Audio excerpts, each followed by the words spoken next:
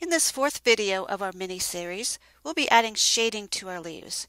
Adding shading or highlights is a blending technique. For best blends, stitches need to run at the same angle as the base fill, so make sure your leaves have the desired stitch directions, and we did that in the second video. We'll start by selecting the green color chip, and then I'm going to hide the other two color chips. So from the Edit menu, we'll choose Edit, Select, Invert Selection.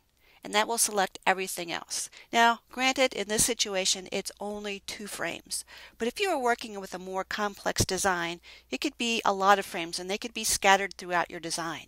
Get in the habit of learning to use these tools and generations because it can really speed your work. So we'll just hide those. And now we're going to select the green color chip again. I'm going to copy, but not paste, and then I'll hide that.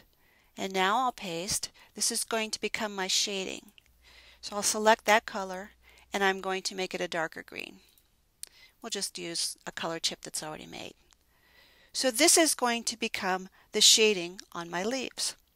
We'll start by making a few density changes. So I'm going to change the fill density.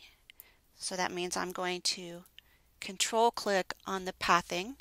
I'm going to change this to 1. Now we still have our underlay, so let's press the space bar. I'm going to turn off compensation. I'm going to turn off underlay. And then just press OK.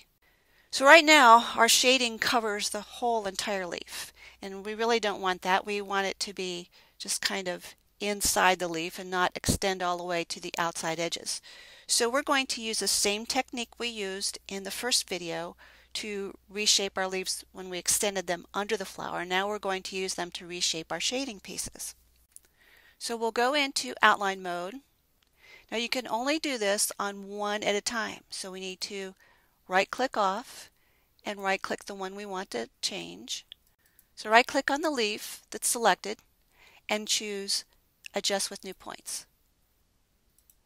Place your 2 points, your start and end points. I'm going to place it on the stem portion. I want to select the outer side, and now I want to just kind of click along here. And remember, right click for a curve, left click for a straight. Right click to select that, adjust with new points, left click, left click, left click, right, right. And you'll just continue on.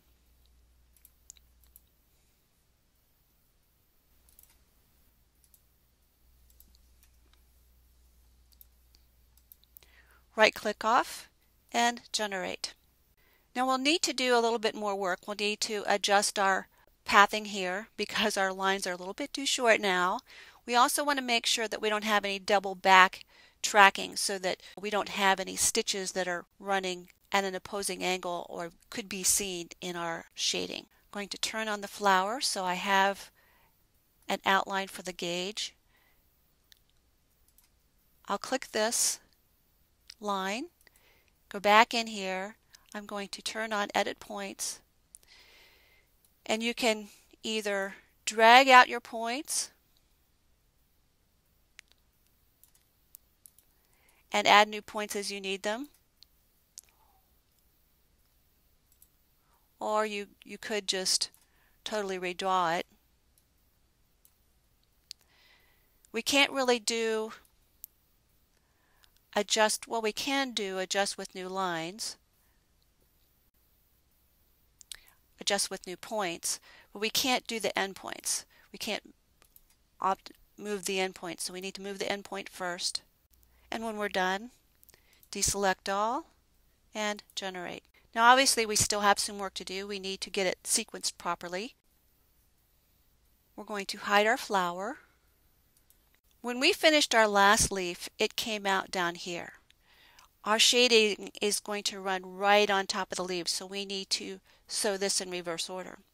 So we'll go to Accessories, Set Stitching Order, and just number these 1, 2, 3, 4, 5, 6, 7, 8, enter, generate. And now let's check our in-out points. We'll come in down there, out. And when we select this line, our in and out points are here because that's where our original line was. And Generations does not move the in and out points when you change the length of a line.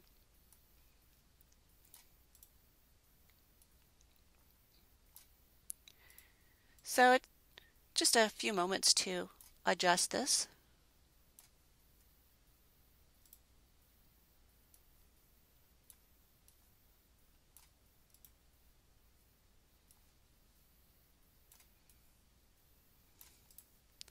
Generate. Want to get rid of these trims, we don't need those. Now let's slide up and turn on all the hidden ones. We're going to find out where our last screen is, and that's frame number 8. So I'm going to left click on that to select it, right click, move to before number 9. And now you can see that our shading is running before our flower and after our leaves. Now another thing we could do is we could feather the edges on our leaves.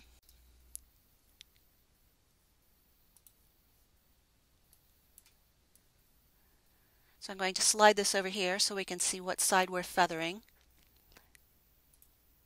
And I'm going to change this to 2 and 2.